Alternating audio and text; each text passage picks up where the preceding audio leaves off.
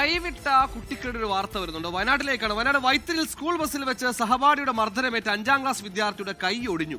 സംഭവത്തിൽ പോലീസ് അന്വേഷണം ഫലപ്രദമല്ലെന്ന് ആരോപിച്ച് ബന്ധുക്കൾ രംഗത്ത് വരികയാണ്.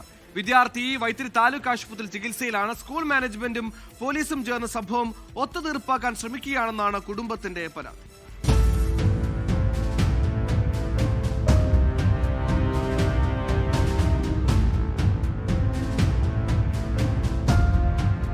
പൊഴുതന സ്വദേശിയായ വൈത്തിരി HIM UP സ്കൂളിലെ 5ാം ക്ലാസ്സുകാരനാണ് സഹപാഠിയുടെ ക്രൂരമർദ്ദനത്തിന് ഇരയായത്.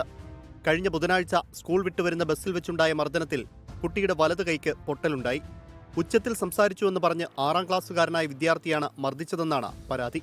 എന്നെ കാല് വെച്ച് ആദ്യം താഴെ എഴുത്തി, എന്നിട്ട് നീ എന്തിനാടോ ഉറക്കനെ സംസാരിക്കുന്നേന്ന് പറഞ്ഞിട്ട് എന്നെ തല്ലി. നല്ല ഫാസ്റ്റില് ഞാൻ കുറേ വട്ടം കുത്തി. അപ്പൊ ഇവിടെ വേനയായി. അപ്പൊ ഇവിടെ ഒക്കെ കുത്തി, വിരലിലൊക്കെ കുത്തുണ്ട്. ബസ്സിലെ CCTV ദൃശ്യം പുറത്തുവിടാനോ കൃത്യമായ അന്വേഷണം നടത്താനോ പോലീസ് തയ്യാറായില്ലെന്നാണ് പരാതി.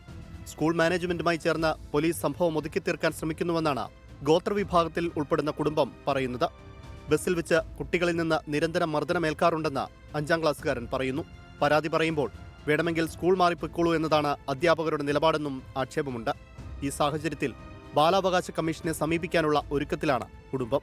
24 വയനാട്. ലോകത്തെവിടെയായാലും ഏത് സമയത്തും 24 വാർത്തകളും ഓഗ്മെന്റഡ് റിയാലിറ്റി പാക്കേജുകളും എക്സ്പ്ലെയിനറുകളും വിശദമായി കാണാൻ ഞങ്ങളുടെ YouTube ചാനൽ നിങ്ങൾക്ക് സബ്സ്ക്രൈബ് ചെയ്യാം.